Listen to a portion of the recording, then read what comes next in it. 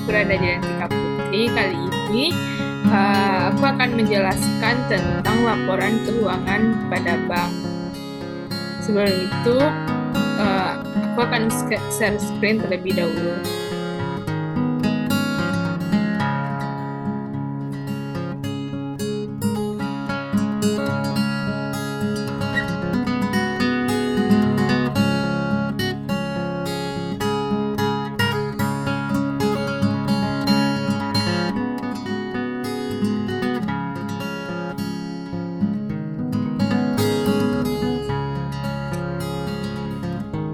Baik, pada materi kali ini kita akan membahas yang pertama itu ada jenis-jenis laporan keuangan, yang kedua itu ada akun pada laporan keuangan bank. Yang pertama langsung saja kita masuk pada jenis-jenis laporan keuangan bank.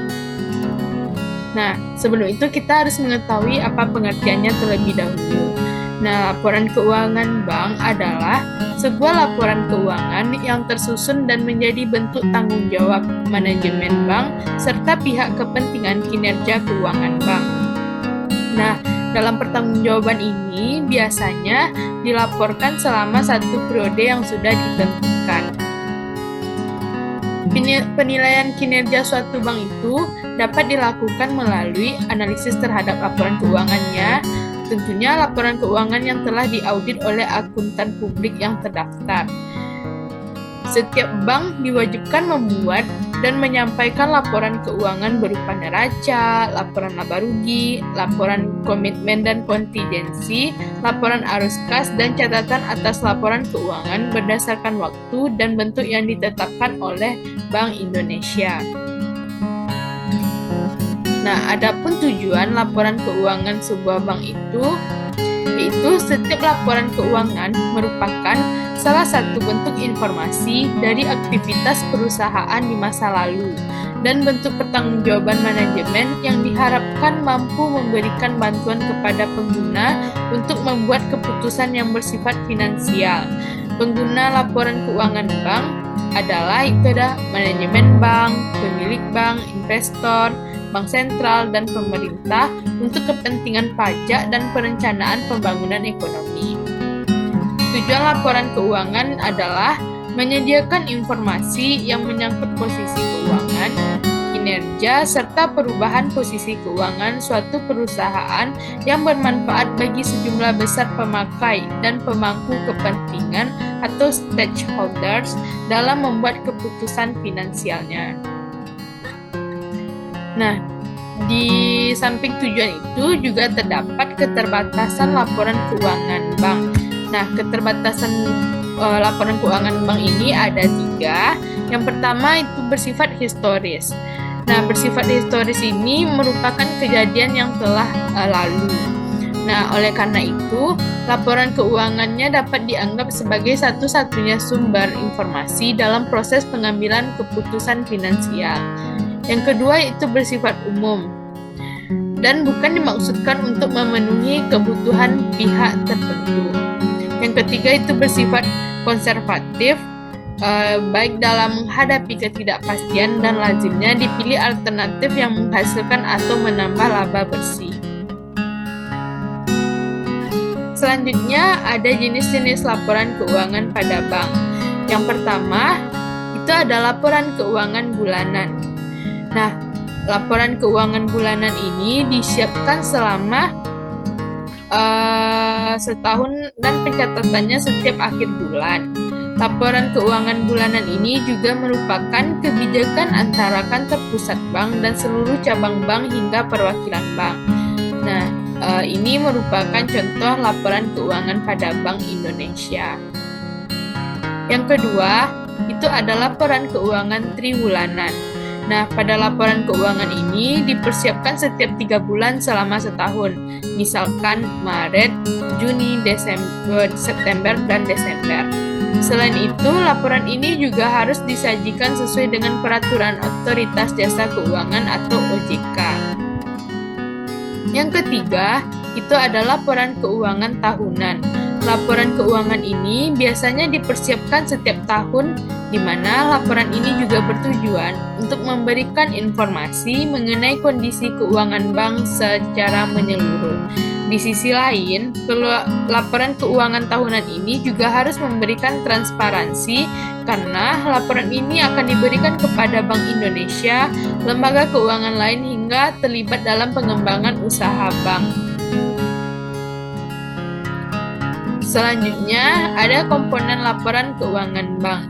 Yang pertama yaitu ada laporan neraca bank. Laporan neraca bank di mana laporan ini menggambarkan kekayaan, kewajiban atau hutang dan juga modal suatu perusahaan.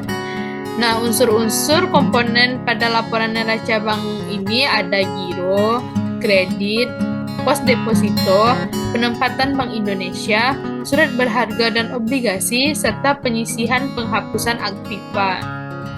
Yang kedua, ada laporan laba rugi bank. Laporan laba rugi ini merupakan suatu laporan dalam memberikan informasi mengenai jumlah pendapatan suatu perusahaan selama periode tertentu. Yang ketiga, ada laporan komitmen dan kontingensi. Nah, laporan ini disebut sebagai rekening administratif yang dapat disajikan secara terpisah mengenai antara komitmen dan kontingensi. Nah, selanjutnya kita masuk kepada akun. Di sini ada akun-akun pada laporan keuangan bank. Yang pertama yaitu ada kas, yang kedua ada penempatan pada BI, yaitu yang terdiri dari giro BI dan lainnya. Yang ketiga ada giro pada bank lain, itu biasanya dalam bentuk rupiah.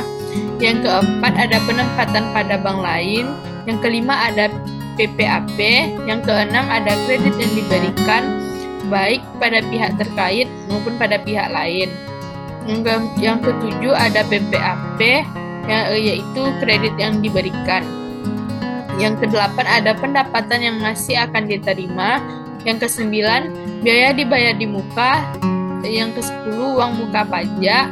Ada aktiva tetap, akumulasi penyusutan aktiva tetap, agunan yang diambil alih, aktiva lain-lain, RAK antar kantor cabang, giro, kewajiban segera lainnya, pendapatan komisi diterima di muka, hutang PPh, tabungan, simpanan berjangka, baik pada pihak terkait dengan bank ataupun pihak lain.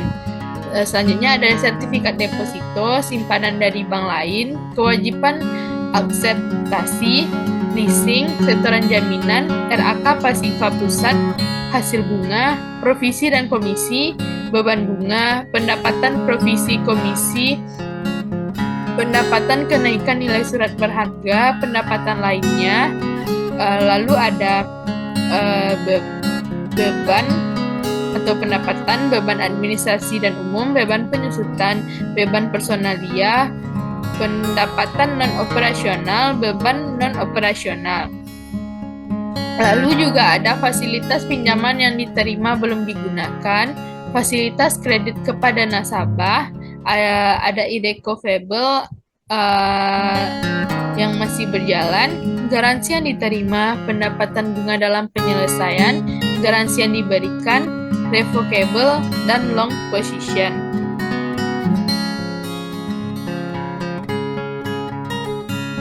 Baik, mungkin hanya itu materi yang bisa disampaikan pada kali ini. Semoga bermanfaat dan menambah ilmu dari yang menonton.